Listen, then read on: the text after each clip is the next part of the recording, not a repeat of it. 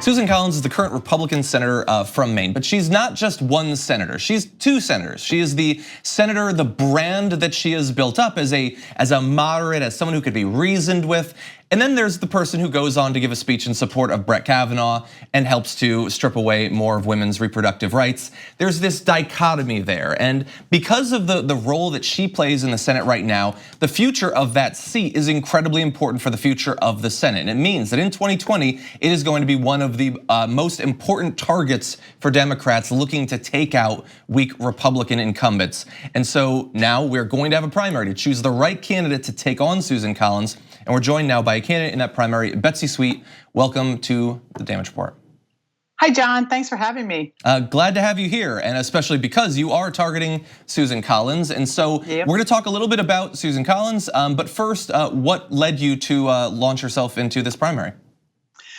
Well, so I have been working as an advocate in the state of Maine for the past 4 decades. I've been working on healthcare. I've been working on issues for low-income folks, for single moms, reproductive health, women's rights, alternative healthcare, a lot of different issues, disabilities, elderly. And we've been doing some incredibly groundbreaking things here in Maine. But I think now we have to take that fight to Washington, because Susan Collins, if she ever was with us, has certainly left us now. And what she is doing and the votes she is taking, from Kavanaugh to the tax cuts for the billionaires and the richest corporations and drill baby drill in Alaska, those values aren't the values of Maine people. And so I think it's time to take the skills that I have and the power of bringing people together and shared values and taking that to Washington and do some truth telling.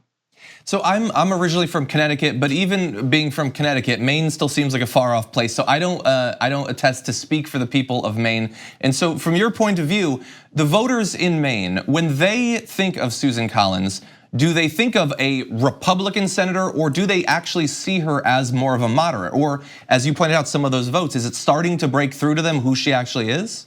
I think that's exactly where we are. It is breaking through who she is. She has been moderate, and in the past, she actually had some good pro-choice votes and some good LGBTQ votes. But now she is moved away from that.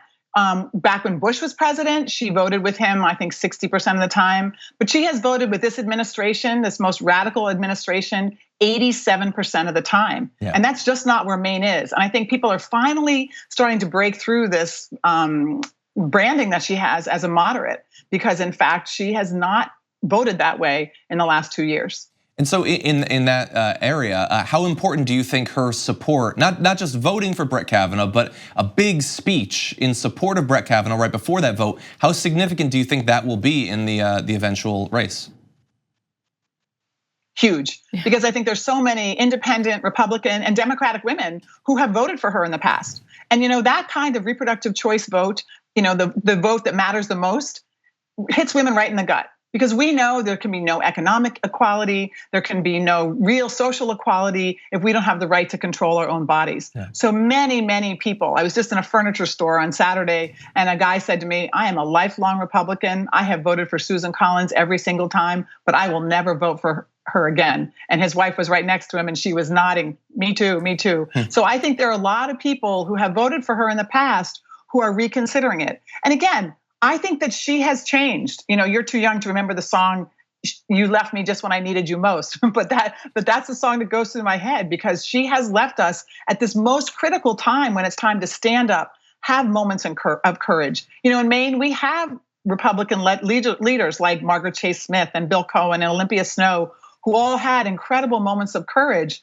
Susan Collins has been served up so many of those in the last 2 years and has failed to take them. Hi, Betsy, good morning. So this is not a new Susan Collins. I think that's kind of the point of what you all have been talking about. How has she kind of been able to slide through for so long?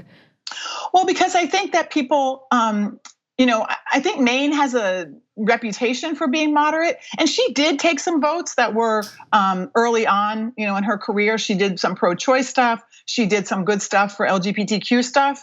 And so I think there were some times where people, and she did under Bush, when she would vote against her party in some significant ways. But that has changed. That has changed a lot. And so I think people are seeing that, she didn't just vote for Kavanaugh.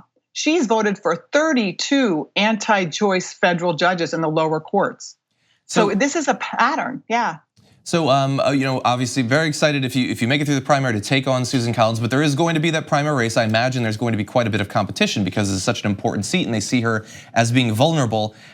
Which of your positions are you going to use to differentiate yourself against other Democratic challengers in this primary, including possibly, I'm just going to guess that the DNC is going to find some centrist, center-right candidate that they think will take some of her Republican voters. So what's your strategy in the primary? So the one thing I'm really sure of is that the playbook that got us into this mess is not going to get us out of this mess. So I have been, again, talking with people all over Maine. We are not going to take any corporate PAC money. We are not going to take any federal lobbyist money. We are calling for universal health care. We are talking about a $15 minimum wage, of course. And I think that those issues, even though they sound like they're out of a progressive playbook, are actually the values that Maine people have. If you look at what we have, we voted for Maine Care expansion. We have voted to tax wealthier people to pay for the education for our kids. I think the division that everyone says exists here in the country and in Maine is not between neighbor and neighbor. I don't even think it's between left and right. I think it's between us and the wealthy politicians. I helped draft and pass the first public financing campaign system in the country back in 1996. And I think that people want to know that they are going to have someone in Washington that is on their side. Young people are coming to our campaign in droves. I have not climbed the traditional political ladder, but I am someone who has lived. I'm a single mom of 3 kids. I have a lot of shared lived experience with the people of Maine, and I'm going to be talking on the back of lobster boats, which is where I grew up. And I'm just talking to people, and I think that is the strategy. People want someone that they know and that they can trust is not only on their side, but is going to stay on their side and not get sucked into the vortex of the big spenders and the big lobbyists in Washington. Well, Betsy, hopefully we can touch base a little bit further on in the campaign. Once you have some competition, we'll dive a little bit more into some of your positions. But very interesting conversation. Thank you for joining us today. Thank you so much for having me, John Brooke. I appreciate it. Thank you.